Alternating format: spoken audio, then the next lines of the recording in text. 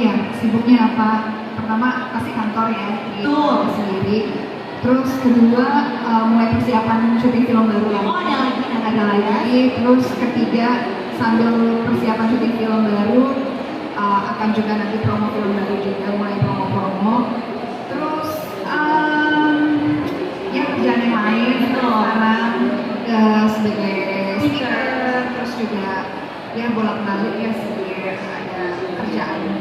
Kalau zaman sekarang biasanya KOL, Ya, betul. jadi banyak traveling juga. Sebenarnya kalau yang paling enjoy ini ada tiga sebenarnya. Pertama sebagai seorang aktor atau aktris, ya That's your roots ya. ya mulai dari situ. Kalau modeling sebenarnya mungkin itu batu loncatan sih. Kalau ditanya apakah jiwanya suka banget, jawabannya ya oke.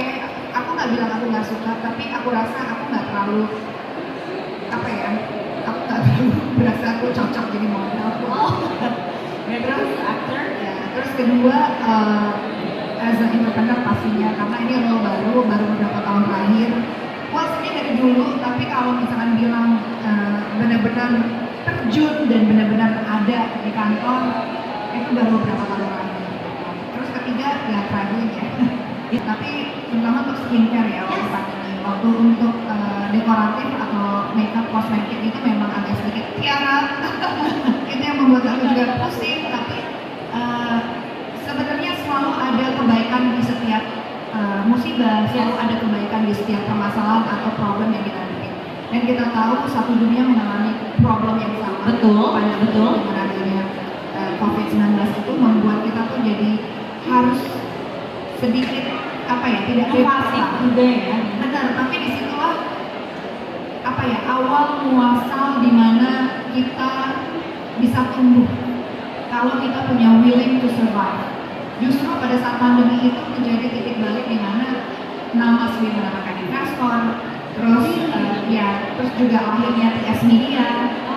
Saya bersama teman saya gitu, berawal cuma dari hobi aja dan banyak sekali berawal dari hanya iseng, tapi karena kita kreatif, karena ada jiwa bahwa wah ini kalau kita kelamaan seperti ini nggak bisa ngapa-ngapain, we have to be creative kan untuk dapat source income atau source revenue yang lainnya. So basically aku tahu banyak kesedihan di pandemi, tapi aku bisa bilang ini salah satu blessing juga buat aku kan. Jadi sebenarnya bagaimana seorang entrepreneur itu bisa memanfaatkan peluang apapun dan lebih jeli lagi untuk tahu oh kira-kira ini bisa nih kita untuk menciptakan sebuah karya baru. Betul. Jadi sebenarnya kadang-kadang kalau kita lagi terjepit atau lagi benar-benar mepet banget itu either we go down, lebih jatuh, atau kita benar-benar bisa bounce back dan prove that our creativity itu benar-benar bisa membuat kita ya create something yang benar-benar kita nggak pernah pikirkan sih. Jadi karena persoalan itulah muncullah sebuah solusi dan muncullah inovasi-inovasi dari nama beauty. Ya sebenarnya kalau kita cerita sedikit soal nama kan saya bangun nama itu dari 2018. Yes. 2018 selama 1 tahun saya persiapan. Akhirnya 2019 itu launch di Agustus. Baru beberapa bulan, belum not even a year, kita kena pandemi. Di situ benar-benar Dekoratif make up, nggak ada yang pakai lipstick, semuanya tutup pakai masker kan. Dan pada saat itu memang SKU kami, maksudnya produk kami itu nggak banyak.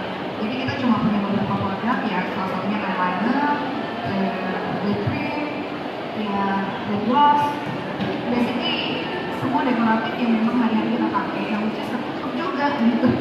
Dan karena pandemi orang jadi malas makeup juga kan. Nah itu membuat kami cukup terkeok-keok, sehingga kami juga harus benar-benar kebingungan. Karena yang biasanya, karena pada saat kami launching, memang source revenue kami itu hanya dari online saja. Kami tidak ada offline. Jadi masih bisa bertahan sedikit karena orang-orangnya waktu itu belum banyak. Kita cuma punya beberapa staff wanitanya sama kami gitu. Dan itu membuat kami juga sangat-sangat kepusingan karena bagaimanapun juga bagaimana tidak meng-lay off karyawan kami. Akhirnya kami mulai benar-benar mencoba untuk segala cara, yaitu asal yaitu shopping online yang di Instagram gitu, yang melalui TikTok ini ya, slice of life shopping itu. Dan ya memang kebetulan juga ditambah permasalahannya expired date-nya. Iya, benar. Jadi kita kebut-kebutan nih, kita harus banget gitu. Akhirnya kita coba untuk flash sale aja semuanya. Dan akhirnya 2021 memang menjadi momen dan tahun yang begitu berarti buat saya. Saya mendapatkan investor yang cukup fantastis sih, berdasarkan kepercayaan mereka terhadap saya, terhadap vision dan juga misi dan mimpi saya nama ini mau dibawa kemana. Jadi sebenarnya kalau ditanya apakah mungkin dapatkan dana sedemikian rupa, biasanya investor mau lihat salesnya dulu. Betul. Tapi kadang-kadang ada juga jenis investor yang mau invest, dia percaya kepada perusahaannya atau sosok di balik perusahaannya. Ya. Jadi kami juga ibaratnya dia membeli mimpi, yang mimpi saya, which is itu juga mungkin sih. Jadi segala sesuatu itu mungkin sih. Kalau misalkan mulai dari kita produk, memang riset itu sangat penting sekali. Kita itu harus bekerja based on data. Jadi jangan menyepelekan yang namanya data. Karena data itu ya data adalah sesuatu yang kita bisa bilang itu adalah currency dan juga aset sih. Kita kalau mau jualan hanya mengira-ngira saja ya bisa jadi iya, bisa jadi tidak gitu. Gambling banget ya. Betul, tapi kalau kita punya kekuatan yang namanya data, riset, dan kita tahu dan kita percaya sama produk kita ini bisa diterima di pasar karena kita sudah melalui riset dan cek data bahwa ada kekosongan mungkin di A, kita bikin produk yang sesuai dengan pasar A karena tidak ada pemainnya sedikit misalkan gitu. Terus kita juga harus lebih kreatif dalam pemasaran, dalam memilih kata kunci, bagaimana meng-attract target audience kita, target market kita supaya mereka mau membeli produk kita. Ya. Terus selain itu juga challenges-nya adalah yang paling ini adalah SDM-nya, sumber daya manusianya yang bekerja sama kita ini benar-benar itu sangat challenging banget gitu. Sebenarnya kadang-kadang yang bagus harganya udah mahal pasti karena posisinya dan pengalamannya sudah sangat-sangat di atas gitu. Tapi saya percaya kalau kita sebagai seorang entrepreneur yang mau berusaha dari sama-sama bawah, kita mencari SDM juga. Misalkan kita tidak punya kekuatan untuk membeli SDM yang mahal, yang udah berpengalaman, ya kita sama-sama membantu. Tapi memang harus micromanage gitu. Kita sama-sama nurturing, kita sama-sama harus mungkin day to day-nya harus di-push, dibimbing supaya SDM itu juga berkembang bersama kami gitu. Yes, kita betul. Ya itu memang akan memakan waktu, tapi bukan nggak mungkin dikerjain gitu. Nah itu memilih juga yang tepat itu memang butuh waktu. Yes. Come and go. Yang bagus biasanya udah dibajak, suka dibajak-bajak. Karena lo tahu, wah bagus, langsung bajak. Tapi kadang-kadang itu menurut saya sebagai seorang pengusaha atau pemilik brand itu SDM penting, tapi kita nggak boleh terlalu attach sama bergantung pada SDM kan. Penting banget. Jadi memang harus punya sistem yang kuat di dalam perusahaan itu sendiri atau apa yang kalian bangun harus kuat sistemnya. Jadi mau SDM-nya come and go tidak akan tergoyahkan. Yang gawat adalah kalau SDM-nya cabut kita jadi goyang gitu. Iya. Jadi itu benar-benar bagaimana membangun sebuah bisnis, sistem, produk dan semua itu benar-benar kalian harus kuasain dan kalian harus mengerti apa yang kalian mau bikin. Gak hanya produk ya, jualan apapun, mau jualan produk, mau jualan mukena, atau mau menawarkan jasa, apapun itu kalian harus benar-benar jangan depend, tapi kalian kuasain kemampuan dan kekuatan kalian. Jadi mungkin pertama partner dulu ya. Partner itu seperti menikah ya, seperti mencari pasangan gitu. Jadi jangan asal karena temenan udah lama Ya. itu kadang-kadang menjebak gitu. Tapi kalau temenan sudah lama dan melihat karakter dari teman kita bahwa dia bisa pertama anaknya mungkin kita lihat rajin juga, ulet dan punya kecerdasan di mana bahwa kayaknya ini vibe-nya bisa nyambung. Dan paling penting adalah bisa menemukan pasangan partner yang paling kalian bisa ajak komunikasi. Karena komunikasi itu penting banget ya. Kalau punya kekesalan, punya sesuatu yang nggak sesuai dengan kita harus dikomunikasikan. Dan caranya juga harus benar. Nggak bisa cuma kayak, lu sih saling nyalain rasa. Tapi harus berbicara based on data. Menurut data, ini kerjaan lo kurang lo nggak perform misalkan. Atau di bagian sini bolong, ini adalah tugas lo. Jadi semua itu sebenarnya bisa dikendalikan dengan komunikasi. Tapi memilih partner itu memang harus kita pikirkan matang-matang gitu. Jangan asal gampang percaya. Kadang-kadang mau saudara, mau teman, mau keluarga itu kadang-kadang belum tentu bisa pas. Betul. Jadi memang pertimbangan untuk memilih partner itu harus benar-benar dipikirkan berkali-kali, karena kan kita punya kerjasamanya panjang. Jadi jangan sampai hanya karena salah memilih partner, karena kita gampang percaya, akhirnya jadi kayak berantakan, bisnis yang harusnya berkembang malah jadi mundur gitu. Jujur, kalau saya tuh selalu melihat investor itu harus memberikan nilai tambah kepada kami. Kalau hanya datang hanya kasih uang, banyak yang bisa kasih uang, tapi apa udah ini saya kasih uang terus nggak ada nilai tambah di perusahaan kami. Jadi memilih investor juga harus tepat gitu, bahwa oke, duit aja ya bisa dicari, tapi kalau kita percaya dengan bisnis kita, dengan produk kita, dengan apa yang kita bangun, ada added value di situ. Oke, investor bisa kasih apa, lu bisa kasih duit, tapi lu bisa juga kenalin gue nggak, buka jalan untuk supaya bisnisnya lebih berkembang, atau bisa mengenalkan kita kepada network yang kira-kira kita juga butuh network itu. Misalkan rekan kerja yang selama ini mungkin tidak pernah berdekat, tapi kalau investor kita kenal dengan banyak pihak yang bisa membuat kita jadi lebih berkembang, itu ada added value gitu. Atau misalkan investor itu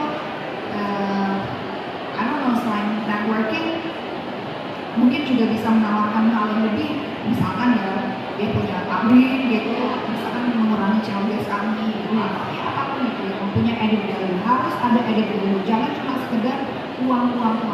Kalau uang aja itu sering bisa dicari gitu.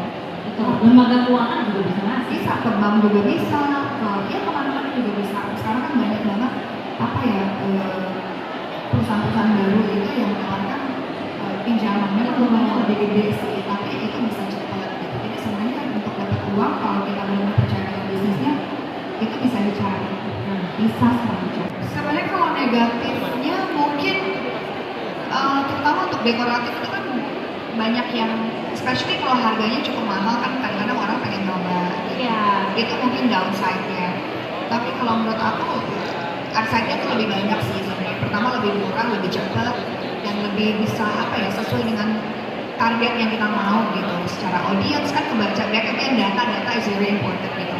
Jadi back-end dari platform yang kita punya itu rajin-rajin dibaca, rajin-rajin dibuka.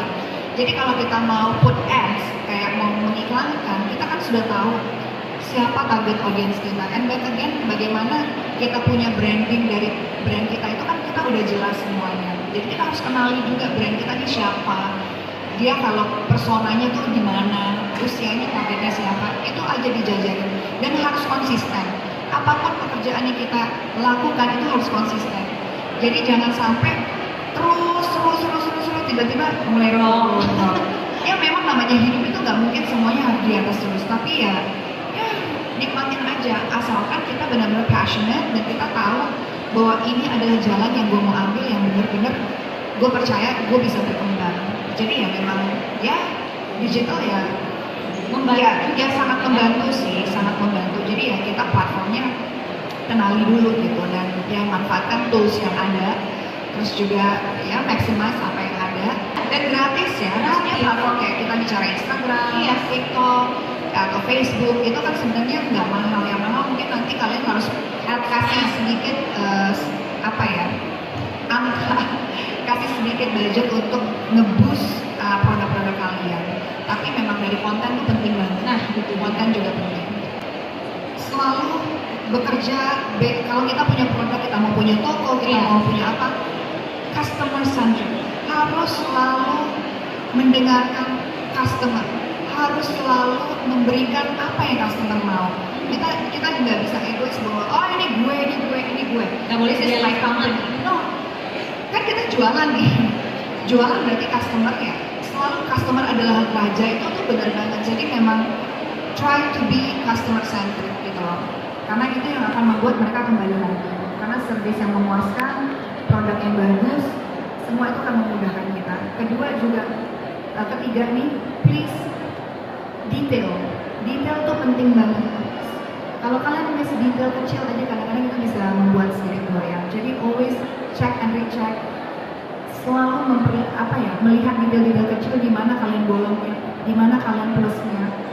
Dengan seperti itu aku rasa kalian bisa lebih berkembang lebih cepat sih. Pertama aku tuh mulai berpikir bisnis sosmed itu 2017 karena aku melihat peluang bisnis ini tuh udah mulai banyak teman-teman selebriti yang ada beberapa. Pertama Usi, habis itu Titi Kamal, dan belum banyak waktu itu. Brand lokal juga belum sebanyak sekarang. Dan aku berpikir juga kayaknya gampang. Waktu itu ya? Kayaknya gampang waktu itu. Kan follower gue banyak. Ternyata itu tipu semuanya. Jadi ya memang awalnya kecemplung aja, iseng. Kayaknya sepertinya gampang. Ternyata, wow, naik turunnya ya. Dan ya apalagi, waduh, perintilannya tuh banyak banget. Apalagi bisnis retail ini perintilannya banyak banget. Belum lagi kita udah punya offline store ya. Offline store kita ada di Pondok Indah Mall, terus udah gitu kita juga ada di beberapa modern trade ya, yang e-commerce, yang hijau-hijau itu way on gitu. Begitu lah, terus kita juga ada di pasar-pasar general trade, di modern trade gitu. Itu ngomongin masalah SPG, lokasi, terus banyak banget pusing. Panjang banget ya. Panjang. Jadi sebenarnya awalnya kecemplung aja sih. Tapi memang kalau ditanya apakah saya suka dengan yang namanya beauty, suka banget. Saya kalau traveling itu alat toiletries saya itu bisa 2 kilo sendiri tuh. Oh iya. Karena skincare-nya banyak. Suka lotion, suka apa semua shampoo, suka produk-produk seperti itu gitu. Memang suka aja gitu. Awalnya dari situ. Jadi karena based on kesukaan, passion, ya udah kecemplung deh. Ternyata pas bikin, sulit. Tapi itu tantangannya. Karena aku juga suka journey-nya ya. Kalau orang yang suka tantangan biasanya nggak mau nyerah, kita maju terus. Tadi namanya nama. Sebenarnya saya berusaha untuk membuat brand yang bersentuhan dengan nama saya. Saya nggak mau brand ini identik dengan saya. Saya hanya sebagai CEO-nya di situ, sebagai founder, sebagai yang orang di belakang situ. Jadi saya pengen brand ini buat semuanya, bukan cuma buat orang yang ngefans sama saya atau yang merasa saya, brand yang namanya enggak. Makanya saya punya brand ambassador sendiri. Saya jarang mau terlalu terikat dan tampil, makanya saya masih brand ambassador ke produk-produk kecantikan lainnya. Yes. Karena saya cuma mau bekerja di belakang layar. Saya mau ini berdiri sendiri. Nah, kenapa namanya nama? Yang waktu itu malas mikir aja, nyari. Ya dulu nama ya. Oke, itu pernah satu. Oke, it's kind of cute gitu. Terus kedua, nama itu adalah identitas kita. Kita pertama kali dikenal sama orang pasti nama kita yang ditanya. Itu menjadi identitas kita. Nah, kalau dari bahasa Sanskritnya, saya baru menemukan Jadi waktu saya menemukan bahasa Sanskrit nama itu adalah spiritual tertinggi antara kita dengan yang di atas. Itu Sanskritnya. Jadi aku bilang kayak, wah ini udah meant to be nih. Secara nama itu adalah identitas kita. Yang pertama kita kenal sama orang. Kedua itu adalah higher, kayak spiritual kita yang di atas. Itu kalau Sanskritnya namanya nama. Saya okay, let's just patenin hak cipta, let's go. Karena memilih nama tuh susahnya setengah mati. Lebih cepat dan reading script buat kalian. Kayak kita cuma tinggal ngafalin. Kalau milih nama itu susah banget. Iya, susah banget. Apalagi yang bisa catchy, yang bisa selalu diingat gitu. Dan apalagi sekarang nama brand itu banyak banget. Kita mau patenin di hak cipta sekarang udah ada. Jadi memang harus ini juga ya, dipikirkan harus dipikirkan. Ternyata ada makna filosofi yang sangat dalam juga di balik. Bahkan itu terjawab. Bahkan kita juga ada second brand kita. Ada lagi? Itu kita FGD loh. Kita lempar. Sampai bikin FGD. Kita lempar ada 10 nama. Mana yang paling favorit kayak gitu. Ya membantu sih. Trust issue kepada orang itu bagus juga. Tapi pada saat kita sudah berkembang bisnisnya, kadang-kadang micromanage dan delegasi itu kadang menjadi suatu hal yang kayaknya susah. Padahal gue micromanage aja deh, gue urusin, gue tahu gue beres, gue ngerti apa yang gue kerjain. Tapi kalau kadang-kadang bisnis sudah berkembang, kamu akan kewalahan sendiri dan akhirnya kamu stres sendiri Yang tadinya jadi perfect kerjaan kamu bisa-bisa jadi menurun. Yang memang pelan-pelan harus kamu bisa sedikit mendelegasikan tugas-tugas yang mungkin simple-simple dulu aja deh gitu. Yang kalau ada kesalahan kamu masih bisa tolerir. Kadang-kadang mungkin kamu perfeksionis ya kali ya. Bintangnya apa sih, Virgo ya? Wow. Taurus, oh Taurus.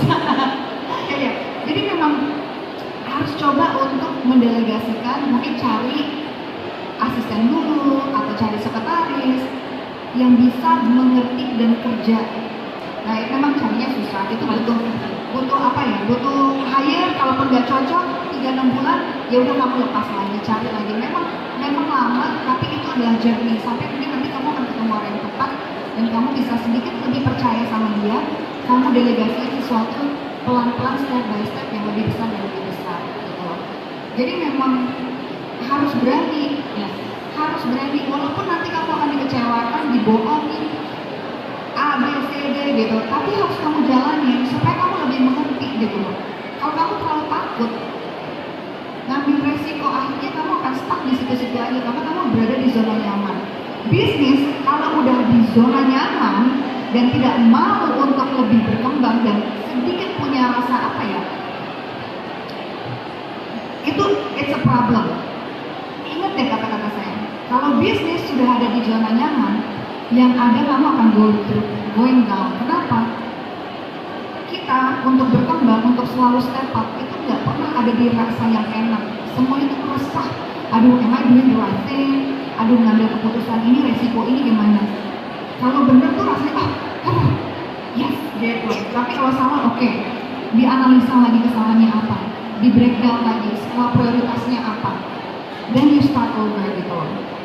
Jadi jangan pernah kalau berbisnis, mau berkembang, kalau udah di zona nyaman, kita udah keenakan, udah dapat 10 juta aja sehari, sebulan udah enak kok. Enggak. Selalu harus punya target yang lebih dan lebih. Jadi you challenge yourself, you challenge orang yang bekerja dengan kalian. That's how you step up the game. Oh, betul. Tapi aku rasa itu bukan alasan. Aku nggak putus asa. Market di Indonesia ini ada 270 juta manusia yang sangat, menurut aku marketnya gede banget, kolamnya gede banget, peluangnya juga banyak banget.